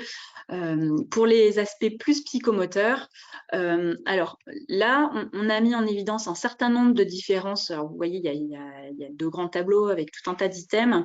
Donc ça, c'est tout ce qu'on a regardé. Et puis, dans la colonne p-value, vous avez des chiffres en gras. Et on va dire tous ceux qui sont en gras, ça signifie qu'il y avait une différence entre les 2 groupes de participants. Donc, il y a un certain nombre d'items sur lesquels on a mis en évidence des différences, comme la passivité à la mobilisation passive des bras, l'épreuve de chute du bras, tout ce qui était autour du contrôle émotionnel et un certain nombre d'items de l'échelle corps du ralentissement psychomoteur. Quand on regarde juste les aspects tonus musculaire, on a vu, donc on a fait pareil, une régression pour voir qu'est-ce qui pouvait expliquer, quels étaient les items qui pouvaient expliquer le fait d'appartenir à l'un des 2 groupes. Et en fait, on a vu que 3 items, enfin, l'immobilité faciale, le contrôle émotionnel et la passivité pouvaient expliquer 53% de la variance du fait d'appartenir au groupe dépressif. Donc, il y avait des items prédicteurs qui pouvaient être en lien avec la dépression et qui pouvaient en partie expliquer le fait d'appartenir à ce groupe-là. Quand on regarde sur les aspects plutôt de la motricité générale, pareil, un certain nombre d'items sur lesquels on retrouve des résultats significatifs, des fois tout juste significatifs et des fois de façon assez importante. Par exemple, la marche en arrière, le temps de marche en arrière est beaucoup plus long chez les patients avec une dépression. L'item de saut est également différent. Et quand on pose la même question au modèle statistique, qu'est-ce qui peut parmi ces items expliquer le fait d'appartenir au groupe avec dépression? Eh bien, l'épreuve de dextérité manuelle, l'épreuve de saut, l'épreuve de marche en arrière sont des items prédictifs. Pour tout ce qui était plutôt autour des perceptions, là, on a à nouveau un certain nombre de différences en fonction des items. Les praxies bimanuelles asymétriques sont différentes. Et là, quand on met dans le modèle, on voit que le rythme auditivo-perceptivo-moteur, le score total à cette épreuve peut expliquer 19% de la variance du fait d'appartenir au groupe. Et alors, on a mis à part l'échelle d'image du corps parce qu'elle seule, elle écrasait l'intégralité du modèle qui, elle, explique. Donc, on voit, il y a une très, très grande différence significative. Il y a une très faible image du corps chez les patients avec une dépression et qui expliquait plus de la moitié de la variance du groupe d'appartenance dépressif. Alors, si on discute un petit peu les résultats de cette étude pilote, ce qui est intéressant de noter, donc dans la première partie de la discussion sur les aspects sensoriels, ce sont l'hypersensibilité, le profil extrême de sensibilité qu'on retrouve chez ces patients, qui sont en accord avec des travaux récents, avec des profils d'hypersensibilité qui semblent entraîner un inconfort chez les participants avec une dépression, qui cherchent donc activement à se protéger ou à éviter les sensations, comme le montrent les scores élevés aux items d'évitement des sensations. Malgré une hyposensibilité chez ces patients, ils ont une recherche réduite de sensations, ce qui est caractérisé par une certaine passivité et un défaut d'exploration de l'environnement que nous avons retrouvé corrélé avec le niveau de ralentissement psychomoteur, mais qui pourrait tout à fait être en lien avec l'anédonie, qui est quelque chose qu'on n'a pas exploré dans cette étude. On a également mis en évidence donc la relation avec le ralentissement psychomoteur qui n'avait pas été étudiée dans les études d'Engeljaeger et Serafini. Et le résultat mis en évidence par l'étude, c'est-à-dire la corrélation qu'on peut retrouver entre ce ralentissement et la faible recherche de sensations, elle est possiblement bidirectionnelle, c'est-à-dire que est-ce que c'est le ralentissement psychomoteur qui fait qu'il y a une faible recherche de sensations? Est-ce qu'il y a une faible recherche de sensations parce que ce sont des patients qui sont hypersensibles et donc le ralentissement psychomoteur est la conséquence? On n'a pas la réponse à cette question-là, mais en tout cas, le lien a été fait entre le ralentissement psychomoteur et cette faible recherche de sensations. Et donc, ça pourrait être une stratégie sensorimotrice, par exemple, qui viserait à limiter et à contrôler les stimuli perçus comme intrusifs, d'avoir un ralentissement psychomoteur et donc d'entraîner cette faible recherche de sensations. On a vu comment l'hypersensibilité pouvait influencer de façon significative l'anxiété des participants et les effets des comportements passifs dans un contexte de seuil bas ou élevé peut conduire à un certain stress et à une attention constante à l'environnement pour capter ou pour contrôler les stimuli autour de soi. Et on peut supposer que des stratégies d'adaptation individuelles pourraient influencer le profil sensoriel. Ça, c'est quelque chose qu'on n'a pas regardé. Ainsi, des mauvaises stratégies d'adaptation pourraient avoir un impact sur l'exposition et le niveau de stress et d'anxiété supérieur. Peut-être il y a quelque chose à explorer autour de ce lien hypersensibilité et anxiété. Alors, ces résultats sur le traitement de l'information sensorielle dans cette population-là étaient intéressants et nous avons eu envie de poursuivre l'étude en s'intéressant qu'au profil sensoriel. Et donc, c'est l'objet de l'étude d'Ebsens qui s'intéresse à l'évolution du profil sensoriel dans la dépression. Donc ça, c'est une étude que nous avons en cours actuellement où on va s'intéresser simplement au profil sensoriel des participants, enfin des personnes avec une dépression, mais à 2 instants, avec l'idée de regarder s'il y a une évolution dans le temps entre le début d'hospitalisation des personnes et à 3 mois, qui est en général la période de rémission de la dépression. Eh bien, on repropose une évaluation du profil sensoriel et on va voir est-ce qu'il y a une modification de ce profil avec la modification peut-être avec l'évolution de la symptomatologie dépressive. Et en même temps, on s'intéresse aux stratégies de coping puisque c'est quelque chose à laquelle on s'est interrogé dans la discussion de l'étude d'EPCOR. Donc, on a choisi de regarder ça. Donc, j'ai présenté le protocole à un congrès mondial de psychomotricité à Vérone. Donc, voilà, je vous l'ai mis sur la diapo. Donc, voilà, le protocole et l'objectif principal, c'est vraiment mesurer dans le temps chez des patients qui ont une dépression l'évolution de leur profil sensoriel pour voir s'il y a une évolution ou pas de ce profil. Est-ce qu'il s'améliore quand il y a c'est-à-dire est-ce qu'il tente à ressembler plus à un profil de personnes sans pathologie ou pas? Ou est-ce que, dans ce cas-là, se poserait la question peut-être d'un marqueur trait ou d'un marqueur état, on ne sait pas, donc on s'interroge. Pour la partie discussion de nos résultats plus psychomoteurs de l'étude d'EPCOR, donc on a vu un certain nombre de différences entre les patients et les personnes contrôle concernant le tonus et notamment les réactions tonico-émotionnelles. Il n'y avait pas de différence sur le plan physiologique chez ces patients, mais plutôt des dysrégulations tonico-émotionnelles avec des signes neurovégétatifs plus importants, des respirations saccadées, plus de présence de paratonie, c'est-à-dire les difficultés d'accéder au relâchement volontaire. Donc, d'une façon assez générale, il est connu dans le développement des humains que chaque affect s'accompagne d'une modification tonique.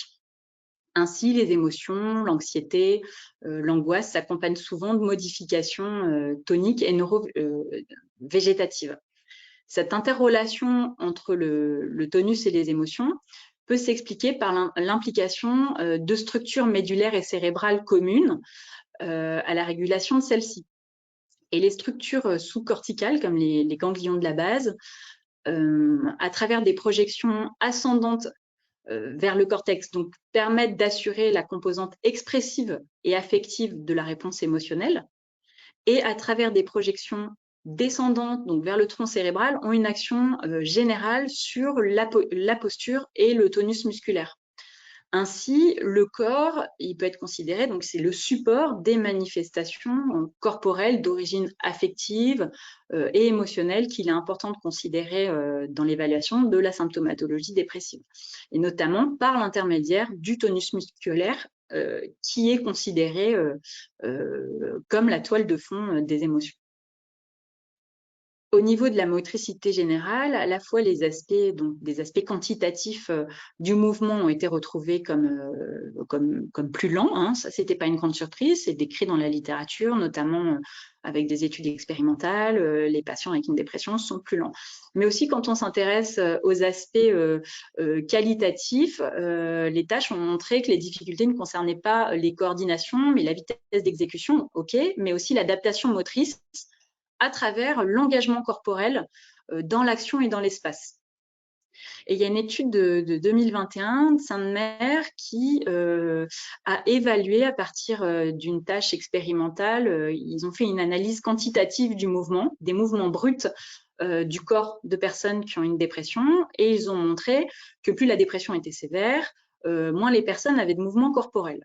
Ok. Et ils ont également constaté que les faibles mouvements corporels observés donc dans cette étude expérimentale, où on a branché les gens et on a regardé leur niveau de mouvement, eh bien, ces faibles mouvements n'étaient pas forcément corrélés avec des items évaluant les symptômes moteurs dans les échelles généralistes sur la dépression.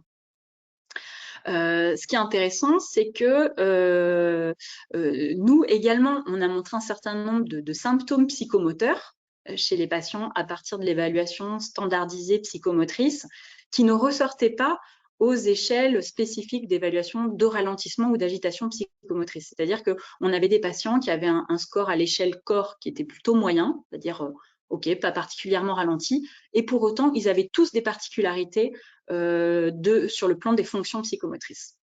Donc vraiment, ces observations elles soulignent l'importance de l'évaluation psychomotrice à l'aide d'outils cliniques autres que des questionnaires ou des échelles, et à partir vraiment d'un examen réalisé par des professionnels de l'examen psychomoteur que sont les psychomotriciens. Alors, l'idée dans les conclusions et les perspectives de cette première étude pilote, c'était donc que l'évaluation psychomotrice et sensorielle standardisée, elle est possible dans la dépression à partir d'un certain nombre d'outils cliniques spécifiques, et c'est d'ailleurs recommandé dans certaines études. On a mis en évidence des profils extrêmes de sensibilité. Ces profils extrêmes peuvent expliquer une partie de la symptomatologie clinique retrouvée chez ces patients, et qu'il y a un certain nombre d'éléments du bilan psychomoteur qui montrent des profils différents sur tout un tas de fonctions entre les personnes avec une dépression et les personnes contrôlées. Et donc, des variables ont pu être montées comme prédictives du diagnostic de décès chez ces patients. Donc, l'idée, ok, encourager l'examen psychomoteur. En fait, au regard de cette étude pilote, moi, en tant que psychomotricienne, je me suis dit, ces patients, ils pourraient être suivis en psychomotricité. Il se trouve qu'à l'hôpital à Limoges, il n'y a pas de psychomotricien en psychiatrie de l'adulte, très peu, pas en tout cas avec les patients avec une dépression. Et ça m'a permis de commencer à réfléchir à comment eh bien, trouver des psychomotriciens qui pourraient faire une prise en charge de ces adultes, mais en même temps, on ne sait pas si ça sert à quelque chose, la psychomotricité. Donc, voilà, dans cette réflexion, une réflexion s'est nourrie au regard de cette étude pilote qui m'a amené à construire un protocole de recherche jusqu'à son acceptation par un gros appel à projet qui est le projet, le PHRIP. Alors, c'est ça dont je vais vous parler maintenant. Donc, les résultats de cette étude d'EPCOR, ok, c'est une étude cas contrôle pilote qui donne des arguments au fait qu'il pourrait y avoir un intérêt d'évaluer ces patients sur le plan psychomoteur, mais surtout de les prendre en charge. Au-delà de ça, dans la prise en charge des adultes, la qualité de vie est quelque chose d'important, et on sait que la dépression est associée à une diminution de la qualité de vie. Que les traitements, ils peuvent avoir une réduction des symptômes, mais pas forcément une amélioration systématique de la qualité de vie des patients avec une dépression.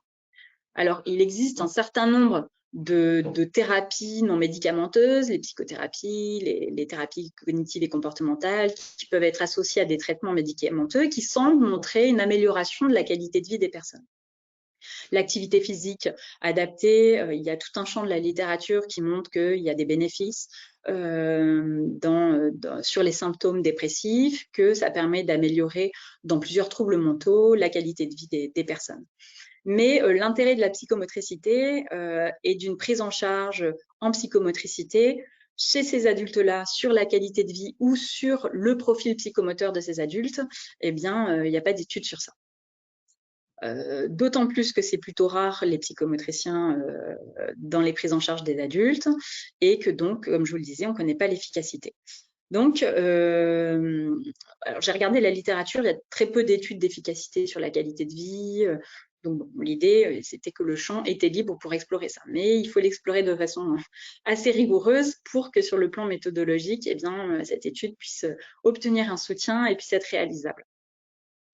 Alors, l'idée de l'étude, donc PsyMOD-DEP, et l'hypothèse de départ, c'est que l'évaluation d'une intervention non médicamenteuse, donc ça se situe dans le contexte d'évaluation d'une intervention médicamenteuse, donc, qui est la psychomotricité.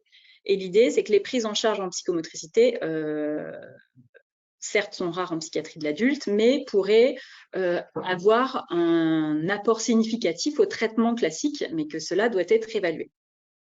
Donc, on propose dans cette étude de faire un suivi personnalisé en psychomotricité de patients suivis à l'hôpital, donc un suivi personnalisé pendant 3 mois à raison d'une prise en charge par semaine. Et on est parti sur l'hypothèse que ça améliorerait de façon significative la qualité de vie des personnes avec une dépression. Et que ça devrait permettre également d'influencer le profil psychomoteur de ces personnes. Alors, l'idée, c'est que, pour vous parler un peu maintenant du parcours vers ce parcours du combattant qu'est le PHRIP, c'est à peu près 2 ans de rédaction du protocole post-étude pilote. C'est-à-dire que on a fini l'étude pilote et on a pu s'appuyer sur l'étude pilote pour construire le protocole et argumenter les besoins et le contexte scientifique et méthodologique. Ça a été des recherches de collaboration pour être sûr qu'on allait pouvoir inclure convenablement le nombre de patients dont on avait besoin et parce que c'est toujours intéressant de travailler avec des partenaires, voilà, trouver des collègues prêts à embarquer dans cette étude-là. Donc, une analyse de la faisabilité a vraiment été importante. Les besoins personnels, puisqu'actuellement, on n'a pas ces professionnels en psychiatrie de l'adulte. Faire un bon calcul du nombre de sujets.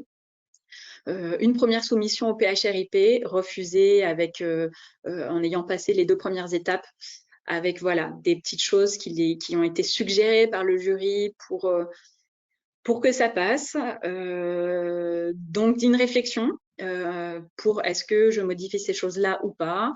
Et puis finalement, des modifications qui n'ont pas changé le cœur de mon protocole, mais qui ont permis cette adaptation, qui ont permis une sélection par le jury et donc au PHRIP 2022. Donc cet été, j'ai eu la chance d'apprendre que ce projet était retenu. Donc, ce projet PsyMOD-DEP, dont je vous ai déjà un petit peu parlé, s'intitule « Influence d'une thérapie psychomotrice sur la qualité de vie des patients avec un épisode dépressif caractérisé ». Il s'agira donc d'une étude contrôlée, randomisée, dont le CHSCHirol sera le promoteur, dont je serai l'investigatrice principale et avec le centre hospitalier Laborie à Poitiers, nous aurons donc une collaboration pour pouvoir inclure des participants avec une dépression. Alors, je ne vais pas rentrer trop dans le détail de cette étude, juste vous montrer le schéma de la recherche. Donc, il s'agira d'une étude contrôlée randomisée qui va porter sur l'influence à 3 mois de la prise en charge en psychomotricité, donc sur la qualité de vie, sera notre indicateur principal, par rapport aux patients qui, eux, ne bénéficieront pas de la prise en charge en psychomotricité. Donc, en fait, il y aura 2 bras. Un bras contrôle de patients qui auront leur prise en charge habituelle en psychiatrie, donc certains qui ont en général des traitements médicamenteux, certains ont d'autres types de traitements, certains ont une psychothérapie plus des traitements non médicamenteux. Il y aura une randomisation. Et donc, en fonction du groupe de participants, en fonction du groupe dans lequel le participant sera, auquel il sera attribué, des participants bénéficieront pendant 3 mois d'une séance de psychomotricité par semaine. Il y aura une évaluation des symptômes à 1 mois, une évaluation à 3 mois de la symptomatologie dépressive, mais aussi du profil psychomoteur.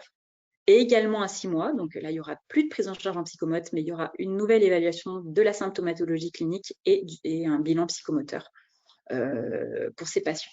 Donc, la qualité de vie va être mesurée tout au long de ces 6 mois et l'alliance thérapeutique également. Voilà pour le design de cette étude.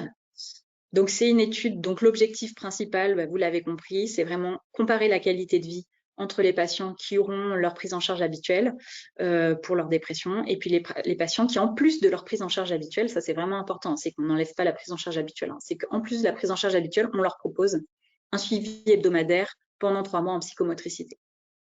Donc, il y a un certain nombre d'objectifs secondaires sur lesquels je passe qui vont s'intéresser de façon plus précise aux aspects psychomoteurs, à l'évolution de la qualité de vie entre différents temps de cette étude, identifier aussi des facteurs cliniques associés à des différences de profil, et évaluer ce qui est aussi hyper important, l'alliance thérapeutique. Parce que si finalement les patients ne s'inscrivent pas dans ce suivi, eh bien, peut-être que ce ne sera pas la bonne façon de les prendre en charge que de leur proposer un suivi à 3 mois. Donc, on va regarder vraiment l'alliance thérapeutique. Alors donc, en pratique, ce gros projet, eh bien, donc, je vous l'ai dit, il y aura une collaboration avec Poitiers. Il va impliquer dans l'hôpital et au CH Laborie plusieurs unités recevant des patients avec un épisode dépressif. Ma collègue co-investigatrice donc à Poitiers et infirmière, c'est Madame Bondo.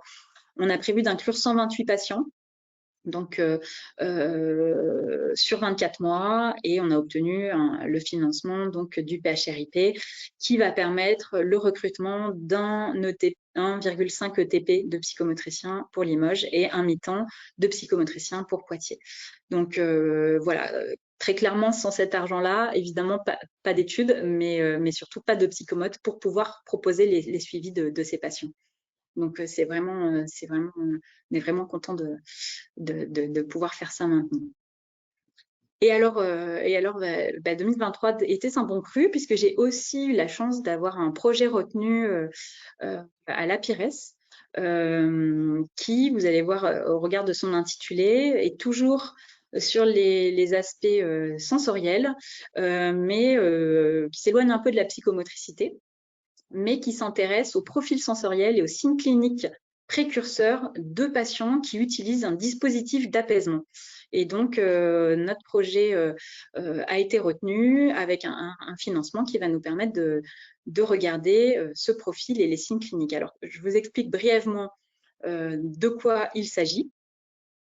Donc, ce projet s'appelle EVALAPAISE. Alors, le contexte, c'est que au niveau international, il est convenu que l'élimination, la minimisation de l'utilisation d'interventions forcées et coercitives doit être encouragée et doit finir par disparaître. Au niveau national, c'est pareil. Les recommandations HAS en 2017 encouragent le développement d'alternatives à l'isolement thérapeutique. Et dans ce cadre-là, apparaissent dans plusieurs établissements, et notamment au centre hospitalier Esquirol, des dispositifs qui s'appellent salles d'apaisement, dispositifs d'apaisement ou dispositifs sensoriels d'apaisement. Ça peut porter des noms un peu différents. Et en gros, ce sont des salles qui sont proposées comme des alternatives à la contention ou à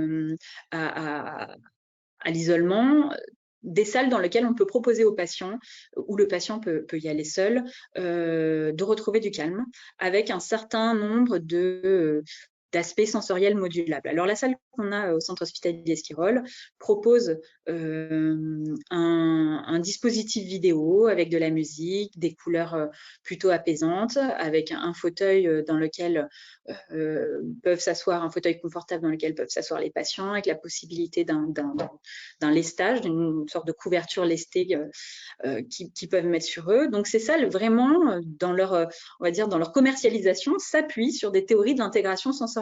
C'est un peu dans le packaging pour vendre les salles. OK. Donc, mais par contre, c'est absolument pas regardé dans la littérature. On s'est intéressé à ce qui était connu de ces salles. Effectivement, la plupart des recherches s'intéressent à la diminution ou pas de l'isolement. Donc, c'est un espace plutôt neutre d'accès volontaire ou sur recommandation de l'équipe avec une charte d'utilisation. L'idée, c'est de désamorcer les crises, les états de tension, tout ce qui est les tensions à expression comportementale, etc. Donc, les données sur l'impact de ce type de dispositif dans la littérature sont assez peu nombreux, mais dans l'ensemble, alors ils peuvent être contradictoires, mais il est rapporté une réduction de la détresse, une amélioration des comportements perturbés, ça contribuerait à la réduction de l'isolement ou de la contention, et encore, ça dépend des travaux, ça dépend de la méthodologie utilisée par les chercheurs. Nous, on s'est dit, on ne va pas du tout s'intéresser à l'impact, et on ne va pas s'intéresser à la diminution de la contention ou de l'isolement. Moi, je me suis dit, vu que ces espaces-là, ils sont proposés comme un espace d'apaisement, ce serait intéressant de regarder quel est le profil de traitement de l'information sensorielle des patients qui l'utilisent. Donc, en fait, nous, on va s'intéresser comment sont les patients qui utilisent cette salle? Pourquoi ils viennent dans cette salle? Quel est leur profil et est-ce que ceux qui l'utilisent ou ceux qui ne l'utilisent pas ou peu ont les mêmes profils? Parce que finalement, si proposer un dispositif d'apaisement sensoriel à quelqu'un qui a besoin plutôt d'une stimulation sensorielle, c'est peut-être pas le bon outil. Donc, pourquoi on propose ce type de salle ou plutôt qu'un dispositif qui proposerait des expériences sensorielles? Moi, c'est ce qui m'a intéressée. OK, on a des salles d'apaisement, mais c'est peut-être pas bon pour tout le monde. Donc, c'est vraiment l'objet de l'étude Eva Lapez, c'est de décrire le profil sensoriel, donc les niveaux de sensibilité sensorielle, d'enregistrement faible, de recherche de sensations, d'évitement des sensations, des patients qui vont utiliser la salle et de ceux qui ne vont pas utiliser la salle au sein d'une unité fermée d'hospitalisation complète. C'est-à-dire que cette salle, elle est dans une unité d'hospi et on va avoir des patients qui, pendant toute leur hospitalisation, n'utiliseront jamais la salle et certains qui l'utiliseront. Regardez s'il y a des différences entre les profils sensoriels de ces personnes. Est-ce que ceux qui l'utilisent souvent, ce sont peut-être des patients qui ont une hypersensibilité et qui trouvent dans cet espace un endroit qui permet d'apaiser, de réduire cette hypersensibilité et par voie de conséquence leur niveau d'anxiété et leur niveau de tension. Voilà, c'est un peu l'objectif. Alors, rapidement, le schéma de la recherche. Donc, des patients qui sont hospitalisés avec des profils divers, des patients avec des troubles de la personnalité, des troubles psychotiques, une schizophrénie, en hospitalisation dans un service, dans une unité fermée, à qui on va proposer de participer ou pas à cette étude. La participation ne va pas changer grand-chose à la vie du patient dans l'unité, si ce n'est qu'il y aura une évaluation clinique lors d'une visite d'inclusion qui ne sera pas très longue, sur lequel on regardera le niveau d'anxiété, le niveau de tension, le profil sensoriel. Et ensuite, pendant 14 jours, les patients sont suivis. Soit ils utiliseront la salle, et à chaque utilisation de la salle, il y aura des questions sur leur niveau de tension, leur niveau d'anxiété et de bien-être, pourquoi ils demandent à utiliser la salle et est-ce qu'ils ont eu besoin qu'un soignant les accompagne ou pas. Un certain nombre de petites questions sur les modalités d'utilisation de la salle. Et puis, systématiquement, dès qu'ils utiliseront la salle, et puis il y aura les patients qui n'auront jamais utilisé la salle. Et on regardera les profils, on comparera à la fin de l'étude. On a choisi d'inclure 80 patients. Donc, les 80 patients, on espère qu'il y aura un groupe de patients qui aura utilisé la salle et un groupe qui ne l'aura pas utilisé pour pouvoir regarder la différence et est-ce que ceux qui se saisissent de ce dispositif-là ont un profil sensoriel différent qui peut correspondre à leurs besoins. Voilà, donc les retombées de cette étude, c'est vraiment une meilleure compréhension des circonstances d'utilisation de ce type de dispositif qui devrait améliorer les indications et l'accompagnement. Et puis l'idée, c'est vraiment de permettre d'optimiser les stratégies thérapeutiques non médicamenteuses avec l'idée de plus on connaît les besoins et le fonctionnement des patients, plus on va pouvoir leur proposer un outil qui correspond à leurs besoins. Donc peut-être ce sera de l'apaisement, mais peut-être ce sera de la stimulation sensorielle, parce qu'il peut y avoir aussi un certain nombre de troubles du comportement quand on a des seuils de sensibilité très hauts et que du coup on a besoin d'aller rechercher des sensations. Et dans ce cas-là, la salle d'apaisement, c'est peut-être pas le meilleur dispositif. Donc, voilà, on essaiera de répondre à ça. Alors, juste pour terminer parce que je pense que je m'étais mis un chrono, mais oui, je pense que j'ai largement dépassé le temps qui m'était imparti. Les perspectives de la recherche en psychomotricité me semblent vraiment vastes dans la mesure où on peut à la fois investiguer les aspects fondamentaux de la recherche fondamentale, mais aussi les aspects de la recherche clinique, avec peut-être les evidence-based psychomotricity, hein, si on fait référence aux evidence-based medicine. À la fois s'intéresser à la sémiologie, à l'évaluation des pratiques, aux interventions non médicamenteuses dans lesquelles s'inscrivent la psychomotricité. Et puis sur le plan fondamental, comprendre les mécanismes, développer les concepts, pour le développement de la discipline, c'est important. Et puis j'ai mis cette figure en dessous. Si la psychomotricité, elle est au carrefour potentiellement de toutes ces disciplines, vous voyez le champ de recherche dans lequel on peut s'inscrire, qui vont de la médecine à la psychologie, aux sciences cognitives, à la physiologie, et j'en ai certainement oublié. Donc, à mon avis, voilà, le développement de la recherche ne va que se poursuivre, je suis sûre, positivement. Merci beaucoup pour votre attention. Désolée, j'ai dépassé un petit peu le timing.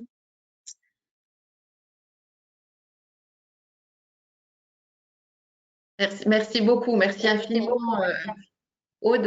On sent que vous êtes passionnée et d'ailleurs c'est passionnant. Je me disais que vous introduisez votre présentation en disant est-ce que la recherche en psychomotricité existe? Bon, bah, je sais pas, j'imagine que bon, moi je doute encore, hein, mais bon, c'est une plaisanterie, mais en tout cas, bravo bah, pour tous les projets de recherche, les publications, les présentations en congrès pour le PHRIP. Il faut s'accrocher finalement au bout de la deuxième fois, c'était la bonne. Et puis effectivement, une discipline au carrefour, enfin en lien avec plein d'autres disciplines et des choses intéressantes pour les autres professions. J'ai été étonnée que vous travailliez sur la douleur, par exemple, sur la sensation douloureuse chez les enfants avec troubles du spectre autistique. Et je trouve que ça peut être super intéressant à enseigner après aux infirmiers, aux autres personnes qui ont en charge ces publics-là. Donc, merci infiniment. Je vais regarder. Alors, bon, voilà, je sais que peut-être des participants vont devoir quitter le webinaire parce il est un peu plus de 16 heures, mais on va laisser il y aura peut-être des questions dans le chat. Sinon, je laisse la parole aussi à Jean. Encore un grand merci. Non, merci beaucoup, Aude. Je ne vais pas aller plus loin que ce qu'a dit Sophie. Enfin, c'est un parcours brillant, quoi, hein. Faut le souligner. Ça met bien en valeur la recherche en psychomotricité. On voit les réussites. Je crois que c'est engageant et inspirant pour les paramédicaux, mais certainement beaucoup pour les autres psychomotriciens. Il y a une question quand même dans le chat. Pour le PHRIP en tant qu'investigatrice principale, savez-vous celle qui réalisera le suivi psychomoteur et les psychomotriciens, psychomotriciennes qui effectuera les séances? Est-ce qu'il y aura des mesures de la qualité de vie? Voilà, alors je ne sais pas si j'ai bien retranscrit. Serez-vous celle... Ah oui, donc est-ce que c'est toi en tant qu'investigatrice principale qui va faire toutes les évaluations de psychomotricité ou tu auras quelqu'un d'autre? En fait, on va recruter. En fait, il y aura le suivi de 80 patients. Donc, ce sera pas moi. D'autant plus que finalement, je n'ai pas une expérience dans le suivi des patients en psychiatrie de l'adulte. Donc, il était mieux de recruter des psychomotriciennes qui ont l'habitude de prendre en charge ces patients. Donc, moi, je vais vraiment pas participer à la prise en charge de ces patients, mais je vais participer par contre à leur évaluation. Et d'autant plus que l'évaluation au début de la prise en charge sera faite par les professionnels qui vont prendre en charge les patients, mais pour éviter les biais, les évaluations d'évolution seront faites par les autres psychomotes. Donc évidemment, à ce moment-là, je participerai, j'irai à Poitiers où j'évaluerai les patients d'ici. Donc les mesures qui seront faites par séance, mais il n'y en aura pas énormément, ce sera les professionnels, les psychomotes embauchés pour ça, qui seront formés à la recherche et qui auront passé leur BPC. Et voilà, donc ça va vraiment être, l'intégralité va être réalisée par des psychomotes, pas forcément tout par moi, mais une partie des évaluations ponctuelles des patients, oui, ce sera moi, mais pas les prises en charge.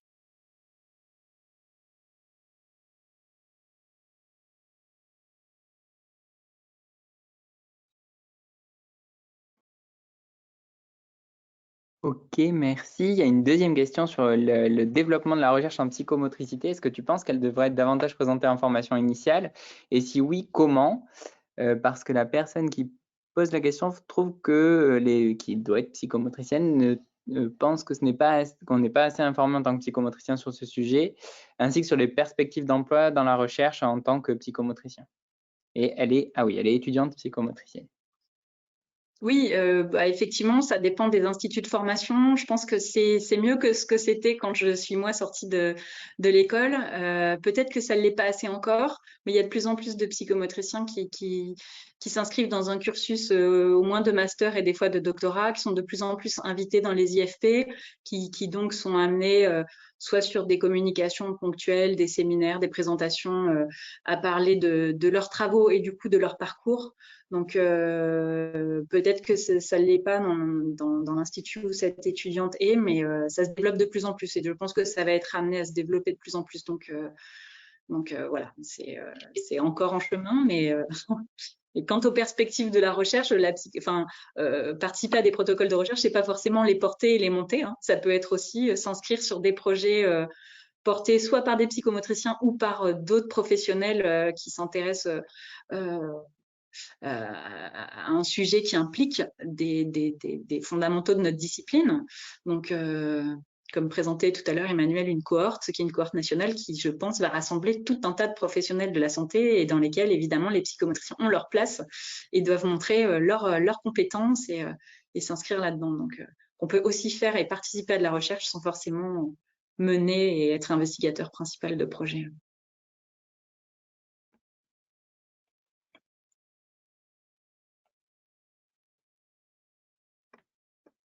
Emmanuel, je ne sais pas si tu avais peut-être aussi une question, une remarque ou un élément de réponse à la dernière question ou une question plus spécifique Si, pour… alors après, ça dépend vraiment des écoles. Il y a des écoles, il y a carrément des parcours recherche qui sont intégrés. Donc c'est vraiment école dépendant. Enfin, moi, je suis sorti depuis longtemps et on est déjà très sensibilisé à la recherche. En tout cas, il me semble. Donc, je pense que c'est très école dépendant pour le coup. Après, je pense que la formation de psychomotricien, ben, c'est une formation qui est courte. Il n'y a que 3 ans et déjà en tant que clinicien, il y a beaucoup de choses à apprendre. Donc, c'est pas entre guillemets anormal que ça se concentre pas là-dessus, parce que c'est pas le but de la formation en vrai. Par contre, effectivement, avoir des passerelles et être au courant de ça, ben oui, ça peut être pas mal. Et comme disait Aude, je la rejoins, je pense qu'il y a pas mal de formateurs, notamment ponctuels, qui peuvent dire qu'ils font de la recherche et en tout cas, c'est pas fermé. Donc l'idée aussi, c'est avoir la volonté d'y participer, c'est-à-dire produire de la connaissance. Et voilà, et on n'est pas obligé de produire de la connaissance pour être un bon professionnel. Enfin, c'est des choses encore qui sont distinctes, je pense. Donc voilà, donc il y a, et en même temps, pour moi, c'est pas forcément indispensable qu'il y ait. Je pense qu'il faut avoir une sensibilisation, mais déjà, seulement 3 ans, c'est un peu court.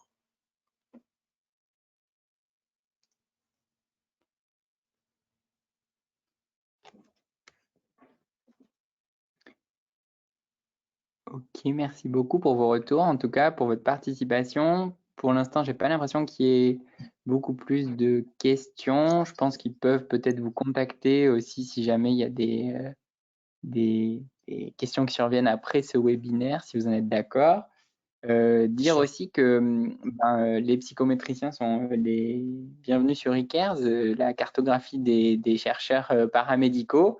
C'est un réseau qui peut être assez intéressant d'investir, surtout si on est peut-être un peu plus isolé parce qu'un peu moins nombreux en termes quantitatifs, on va dire, de psychomotriciens et encore plus investis dans la recherche. Donc, trouver des investigateurs associés dans les études, etc., ça peut peut-être être un levier intéressant. Moi, je tenais à vous remercier tous les deux encore pour vos présentations, super intéressant. J'ai été sensibilisé par la présence d'Aude dans la même équipe de recherche que moi à l'existence de cette science de la rééducation spécialisée en psychomotricité, on peut dire.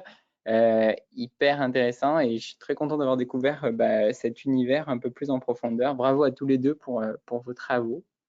Peut-être Sophie, quelques mots de fin, de conclusion. Oui, merci à tous les deux. Et puis là, on va avoir pas mal de lectures, hein. Tu tapez vos noms et tout, on va chercher, on va lire vos publis et puis bon, on attend le prochain webinaire sur le SCED et sur d'autres choses encore. Donc, voilà, plein de succès et une belle poursuite dans votre carrière. Donc, à très Merci bientôt. beaucoup. Et aux En tout cas, participants, merci beaucoup pour l'invitation, l'opportunité de pouvoir effectivement faire porter au plus grand nombre nos projets de recherche, nos parcours. Enfin, en tout cas, merci beaucoup, puis merci beaucoup d'avoir écouté. ok, je vais souhaiter une bonne fin d'année à vous et puis à tous les participants. Et puis, on revient rapidement vers vous pour le calendrier ou en tout cas une date, peut-être fin janvier pour un prochain webinaire. Voilà. À très bientôt. Merci revoir. beaucoup. Merci, au Au revoir. revoir.